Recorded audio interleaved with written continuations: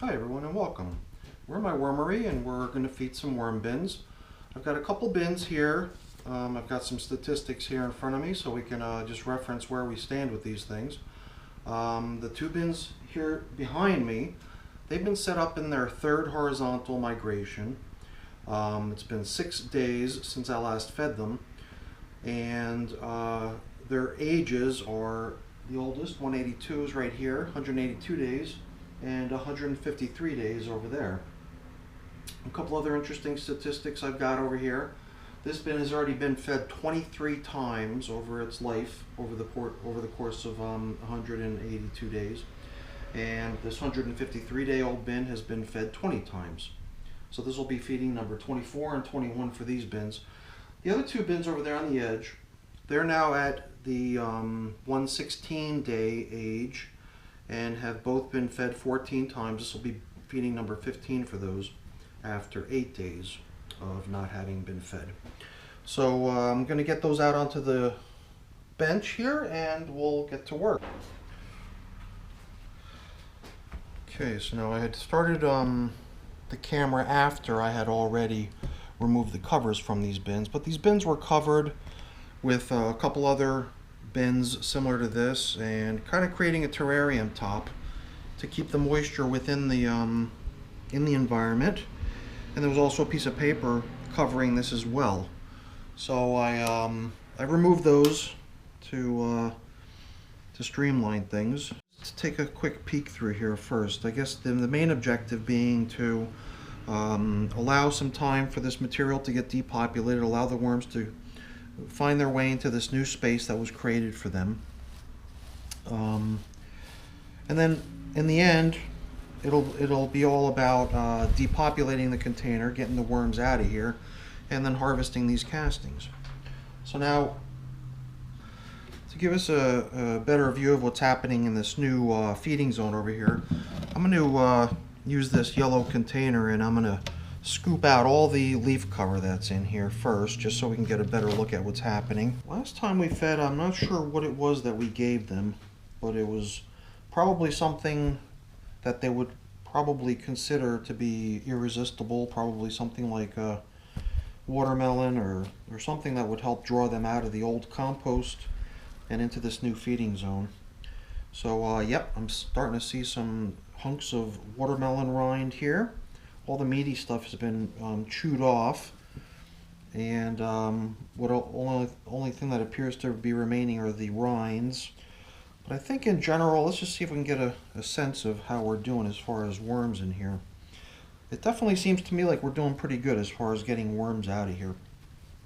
So I guess another thing that I really didn't mention earlier that I was hoping to do here was to not wait until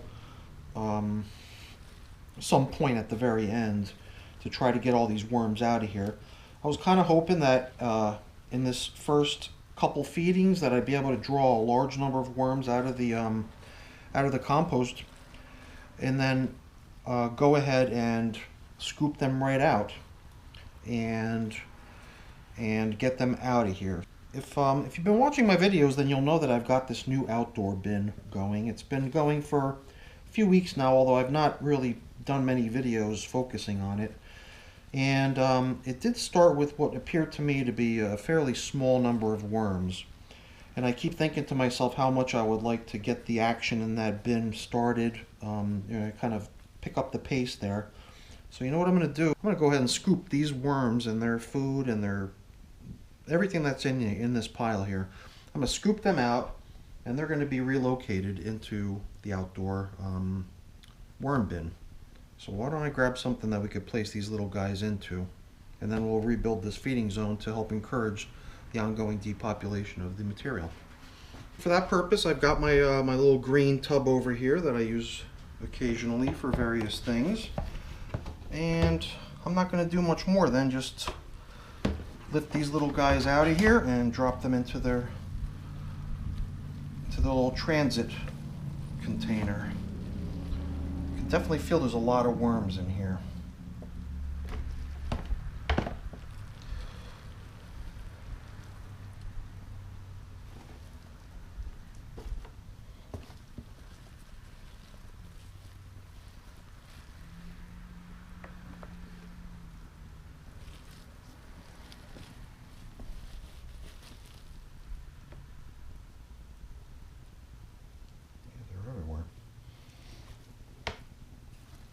Seems like underneath the cardboard is a really popular spot.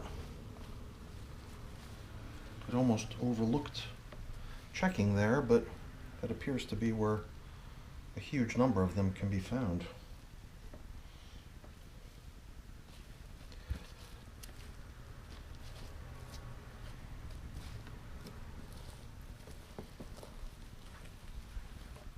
Okay, so this is quite a mass of worms right here.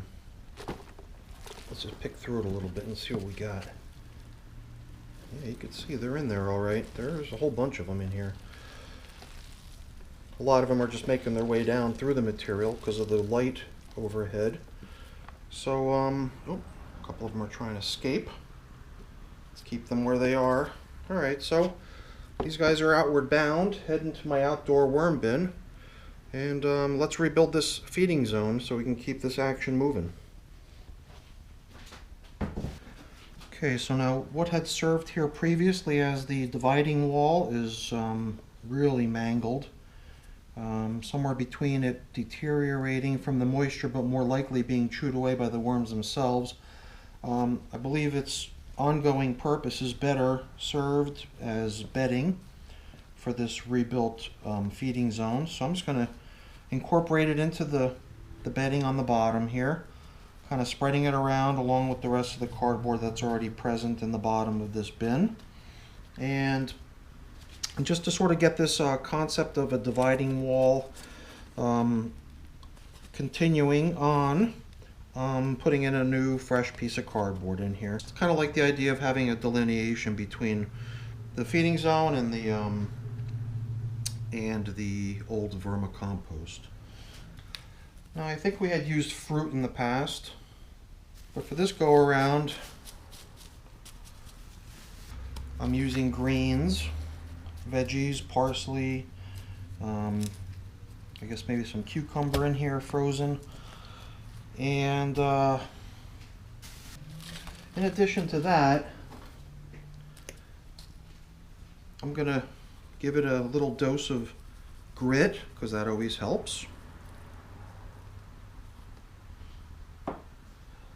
And something that I found in the past to be pretty popular with the worms, and I hope they like it as much here as well. This is just some leftover rice. Not sure how old it is at this point, but I'm suspecting that it's probably old enough that I don't want to eat it at this point. So I'm just going to feed it to the worms, and I'm sure it'll be well received. And then finally, as discussed, I'm restoring the leaf cover that we removed originally. And I think that's a pretty good ongoing migration attempt. So I definitely like what I saw there in terms of the number of worms that had moved out of the old compost and into the new feeding zone. But let's actually try to evaluate the compost itself in terms of how it's doing in terms of worm population, remaining worm population. Because, you know, in hindsight, what if they've all moved out? What if this stuff has already been depopulated and there's really no need for more time or the new feeding zone? It would have been kind of silly of me to go through all that effort for no good reason. But as I start to look through here, I can definitely see worms here and there, but certainly not as many as we saw the last time we visited these bins. And besides that, I think this material could probably use a little bit more time to air out, because it's got a really beautiful texture to it and it's crumbly, but it does feel a bit more moist than I would want it to be. So maybe to that end I will simply leave it uncovered and allow it to evaporate out a little bit. And maybe to help it out, I'll just sort of try to break it up a little bit here. Oh, you can see there's a whole bunch of worms that were right there on the edge on the bottom. So they're in the perfect spot to make their way into the new feeding zone. So let's not move them away from that wall too much. Let's keep them close to where the action is supposed to be, and hopefully they'll make their way into the new feeding zone and out of the compost soon. And then hopefully we can harvest this batch of compost soon as well. So I think this is really what horizontal migration is all about. Being able to avoid going through that very time-consuming and tedious effort of light harvesting and, picking through all the material one little scoop at a time and letting the worms work their way out based on the light overhead, and simply allowing them to take this approach, which allows them to gradually, over time, work their way out of the material on their own and leave the material ready for use without hardly any fuss. I'm putting these back up on the shelf. I'm not covering them, and in fact I might not even cover them with paper. I might just leave them to air out this way. I don't know, I'll decide later. Maybe I'll let it go a day or two, and if it seems to get very dry here on the top, maybe I will put a piece of newspaper just to keep it covered, but maybe at least over here I'll get the feeding zone covered with a piece of newspaper. All right, this is very promising. I'm glad to see this is progressing so nicely. So let's get the other bin out here and see how it's coming along. Okay, now in the case of this bin, the barrier wall was a bit much, it seems. I was becoming concerned that it was preventing the migration from happening because it was rather thick and it was double layer, and I guess the results will speak for themselves. So let's get right into evaluating how we're doing here. I'm going to be scooping off this top layer of leaves so that we could use it at the end to cover up with.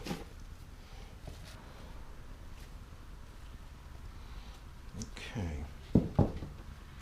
So we'll kind of take the same approach of just sort of scooping them away from the dividing wall and getting them centralized into one spot where I can lift them out easily. But while we're at it, let's also see if we can get a sense of how many we've managed to round up here in the meantime.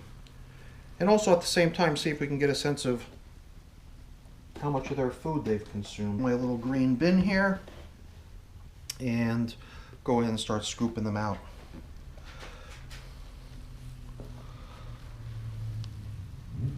Okay, well there you go. I'm turning this thing over and I'm seeing right away a huge mass of worms. So I believe it's doing the trick. It's getting the job done. So we'll place them in here on this side of the bin. The food that they were consuming, you can still see traces of the pink watermelon. So that's interesting to see.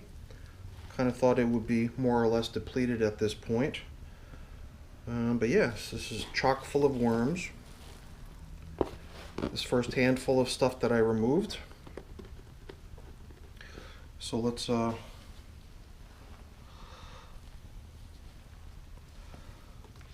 see how we fare on the second handful here.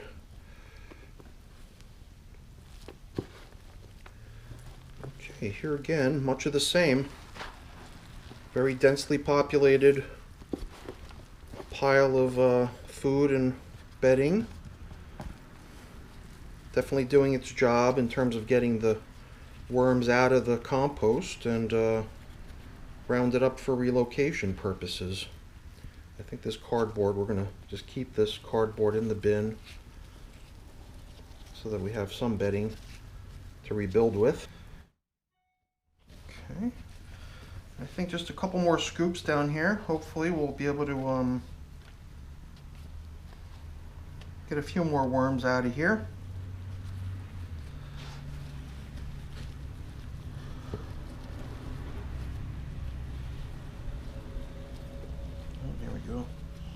Once again, they're under the cardboard.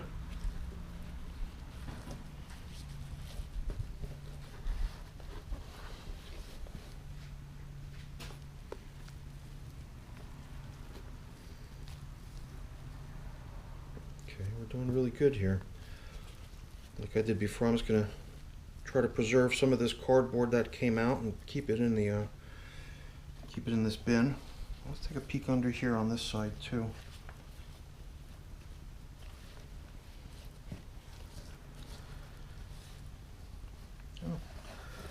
Try to get a few more handfuls of these little guys out of here.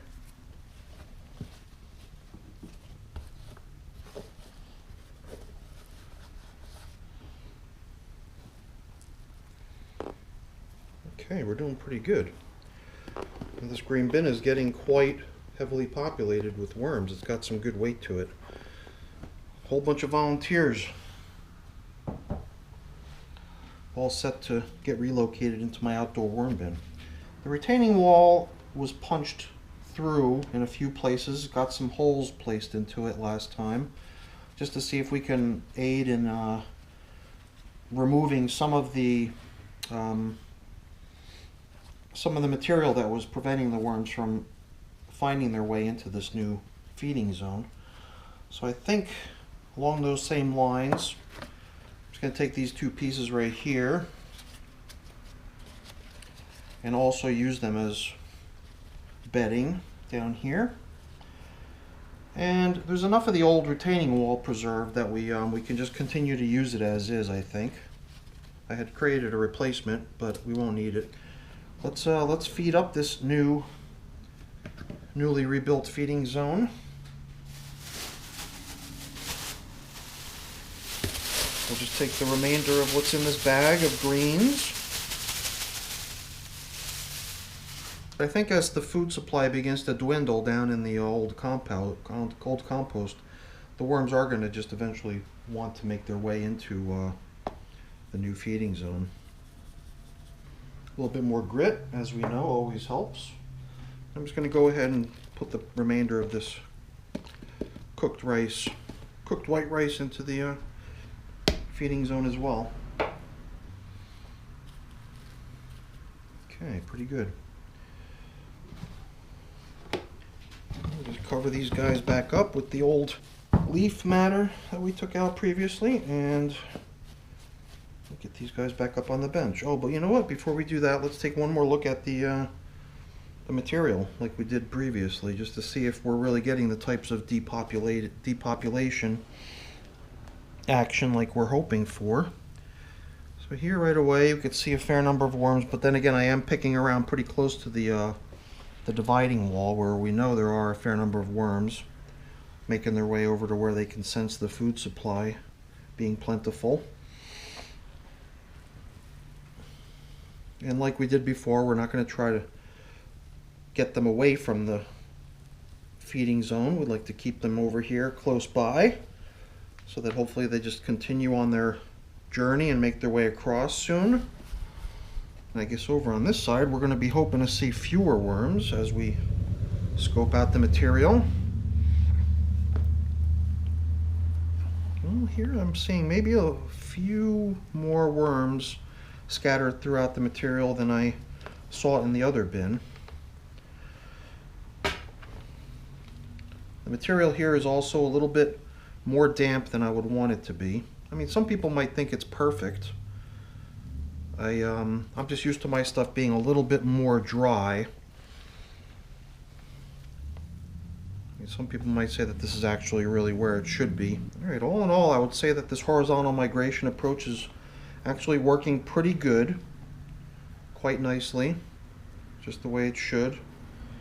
And I guess our ongoing results as time goes on will be the real test. So let's get this batch back up on the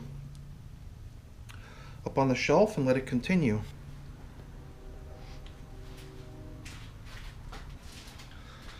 Okay. Hopefully I'm not losing you. I'm always taking a lot more time with this stuff than I think I'm going to. Now you might recall in these bins we were using this white powder, which is known as diatomaceous earth, to try to reduce the numbers of little creepy crawly creatures which we were pretty sure are mites. So I'm just doing my best to see if I can spot any of them, and theoretically they should really not like this stuff, or for that matter be unable to even survive in this stuff. But you know what? As I look through here, I see something right there. I see couple things right there. And I can see one right there.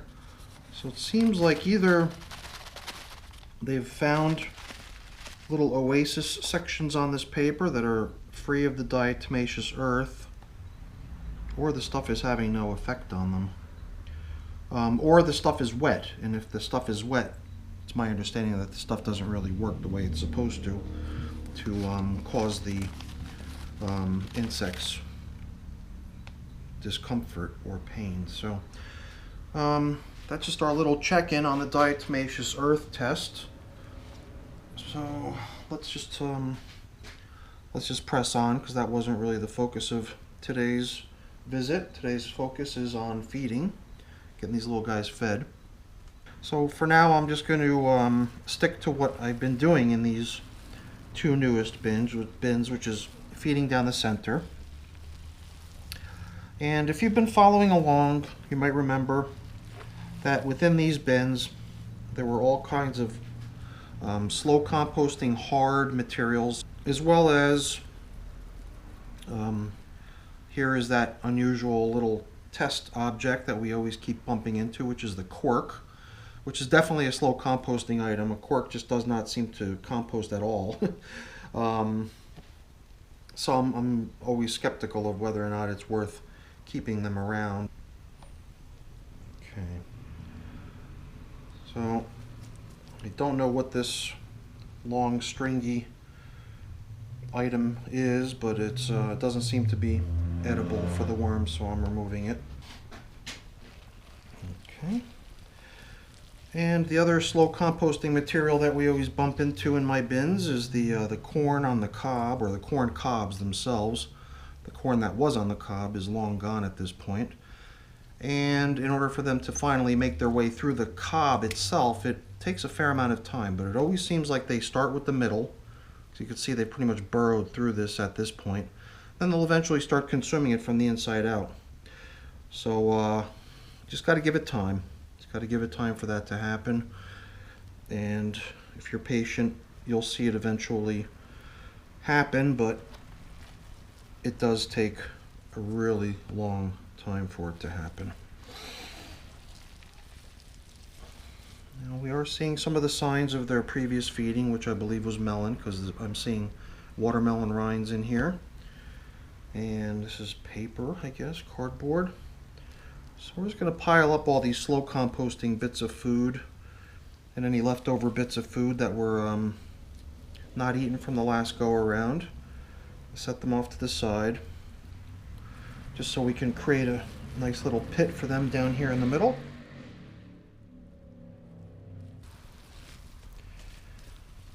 And like a banana stem. There's another mango seed. Definitely getting broken down, just taking time. So the moisture level down at the bottom of this bin is quite substantial. It's very damp, a lot more damp than I usually have in my bins, which is why I like to periodically get down in here and jostle the material around to help it air out a little bit. I'm also just kind of taking some of this old cardboard material that was used at the bottom as a bedding and just sort of fluffing it up a little bit if I can to help make it into a medium through which they can cruise if they want, with little gaps and voids within it. And I guess we'll just take this piece of paper as well, move it back down into the bottom. Alrighty. And then we'll just start placing all these old slow composting food items back down into the pit. So it seems to me like it's a good idea to periodically try to air this stuff up a little bit and you know, not let it just go completely solid with moisture and no airflow. That'll really make it funky down in there, and we don't want that. Okay, so now for this feeding, they're going to get potato. These are a couple old baked potatoes that I had. The other one will go into the other bin. And then another thing that I feed with often is the skin of potato. And I know I'll be reminded again how delicious this stuff if it were to be deep fried. I just didn't get around to trying that recipe yet, so it's turning into worm food once again, but I'm sure at some point soon in the future I'll have a chance to give that a go as well. Okay. And I guess we're kind of in a theme here. All this stuff is stuff that grows down in the ground. This is some sort of a root vegetable that was skinned to make it into a soup, like a parsnip or something. So along with the potato, here's some more stuff that grows down in the ground. So hopefully it's all food they like. And then we'll just go ahead and we'll top it all off with a little bit of grit for them. Alright, so as we cover up now, I'm going to try to do so in a way that gives us a chance to sort of dislodge some of the material that's at the bottom on the outside edges as well, and give that a chance to get aired out a bit and flaked up a bit. So I'm almost going to give this whole thing sort of a turn while I'm at it. You can see there's worms all throughout this stuff. So this material is very densely populated with worms, and it's also quite broken down throughout. So it almost seems like this would be a good candidate for kind of getting it geared up to start sort of a wind down. Maybe it would be a good idea for this material also to be left uncovered to let it air out a little bit, because it does seem to have a moisture level that is a bit higher than I like to see in my bins. So maybe all my bins are just going to remain uncovered.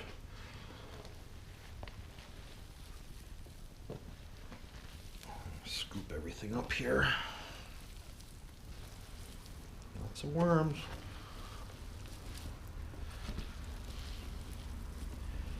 Yeah, you know, the smell is consistent throughout, and I can't say it's musty or funky or can't even say it's like a rotting smell, but I think it's just the smell of there being a bit too much moisture. That's the only thing I can sort of say about it. That's not the best condition for a worm bin, so hopefully this little sort of airing out and jostling of the material helps eliminate that damp smell that I'm sensing here. I've still got one more bin I gotta feed. So let's move on and get that one up here as well. Alright, so same story on this one like we saw before, a similar attempt to try to deal with these little creepy crawly bugs. So this has a treatment of the diatomaceous earth as well. And here I could see a fair number of them cruising around. And I'm sure I'm going to get the same grief I get from people all the time, is like, don't put that paper back on. And in this case, because I'm seeing so many more than I'm seeing on the other one, in this case I might do just that. I might just go ahead and take this paper, set it aside. This one does really seem like it's got a significantly larger number of those little guys cruising around on it. So maybe I'll please some of the people with doing so. This should be much the same as we saw before. Both bins are managed in a very similar way in terms of being very similar in age. In fact, they're the same exact age.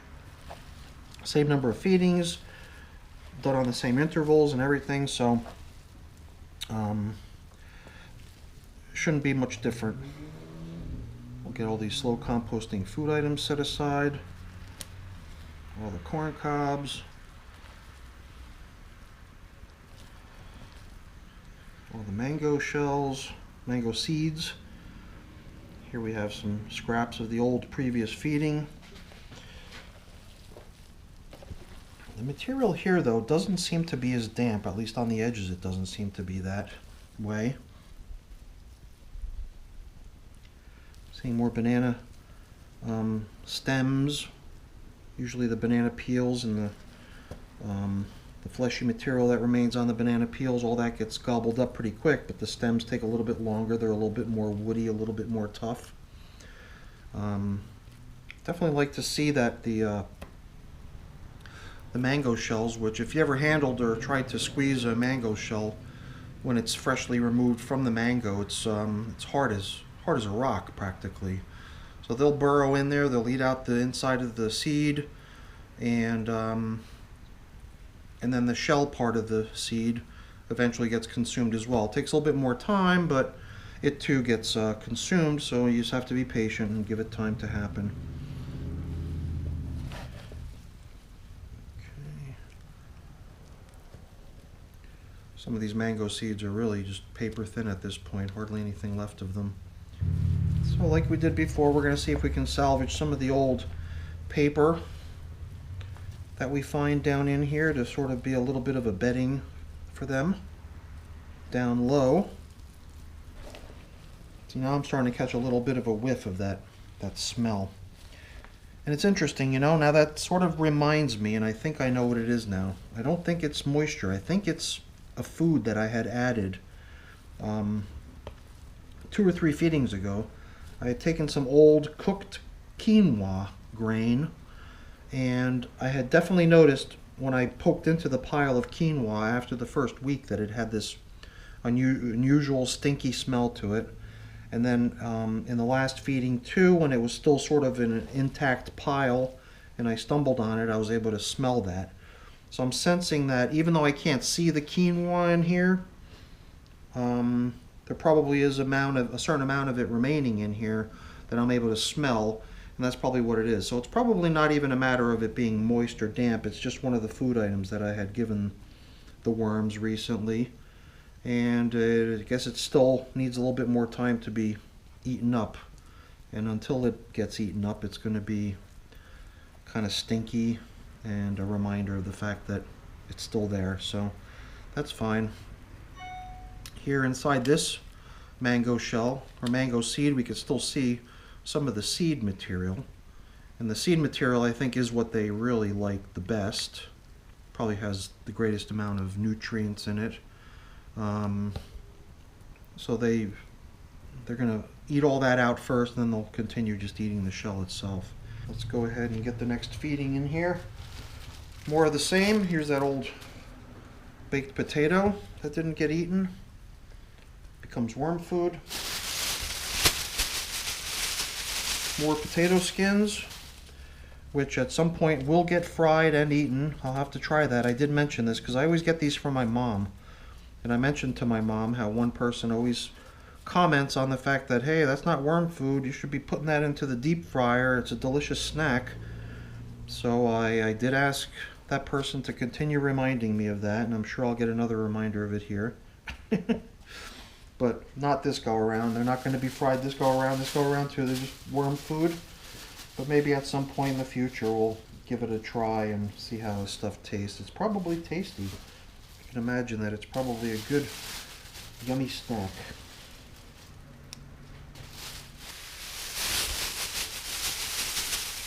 And we top it off with the soup greens, root vegetables. I'm assuming that that's what they are. That's what it smells like. So no fancy greens or reds or any crazy colors, just these kind of boring grays and whites and browns. And we'll just go ahead and top it off with this grit. Put pieces of green here for them. Alright. Wow. Once again, I've taken so much time doing this. Way more time than I thought I would. So, let me just give this bin the same treatment we gave the other bin, which is just sort of giving this material that's out here on the edge a little bit of a aeration and inspection at the same time, just to see how it looks. It's obviously full of worms. Maybe a little bit more crumbly and not as damp as we saw in the first bin, or not the first bin, but the previous bin. The other bin that's same age as this one. But nonetheless, I think it is damp enough that it probably makes good sense to maybe leave this one uncovered as well and give it a chance to dry out a little bit. It seems like the very humid, hot summer weather that we were having for so long has finally left. For the past few days, it's been so nice and dry and cool. Little taste of autumn rolling in. And I believe that with that drier air, we'll have a better opportunity to see this material get back to a normal moisture level.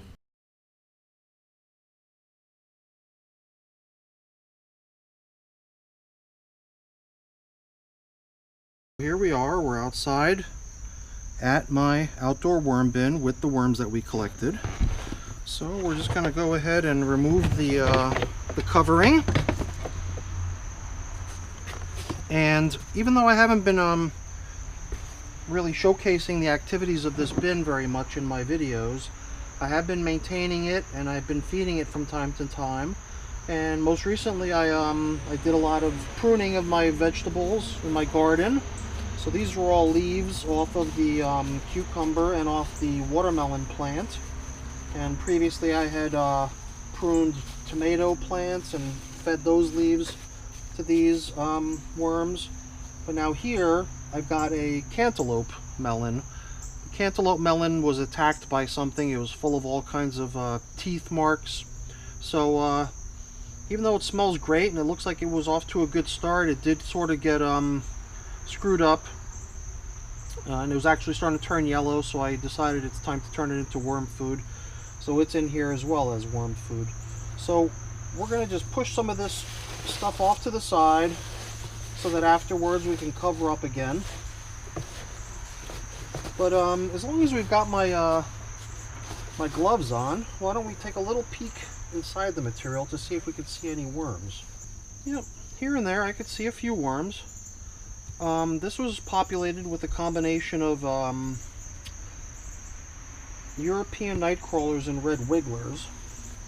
And what we're going to be adding now are obviously a whole bunch of additional red wigglers.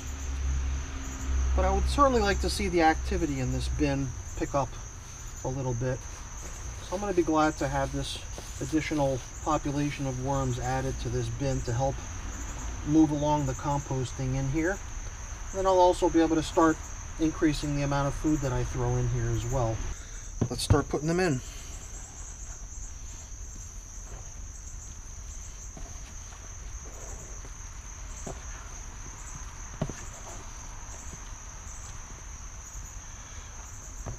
There's a nice big mass of worms. Pretty much all worms.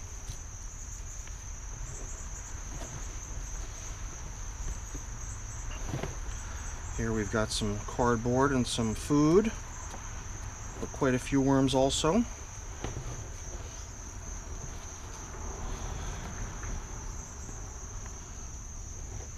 Here too. Hundreds and hundreds of worms making their way in, possibly thousands at this point. So that's going to really help this bin pick up some speed quickly. We're going to see a rapid increase in composting activity in this bin, I believe, once these worms start to eat the material that's in here.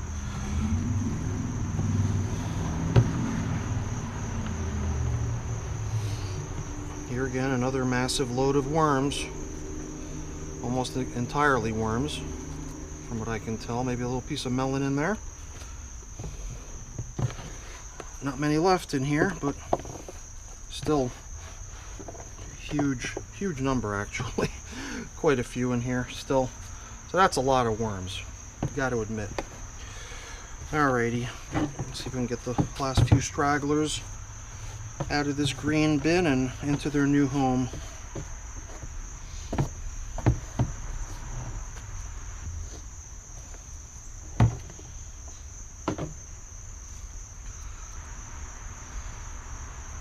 Alright, so let's cover these little guys up and let them get back to work. Alright everyone, well, hopefully you enjoyed the video. If you did, please remember to give it a thumbs up. I would really appreciate that. And if you did, consider signing up to be a subscriber to the channel. That's always appreciated as well. Alright everyone, have a great day. Thanks for watching.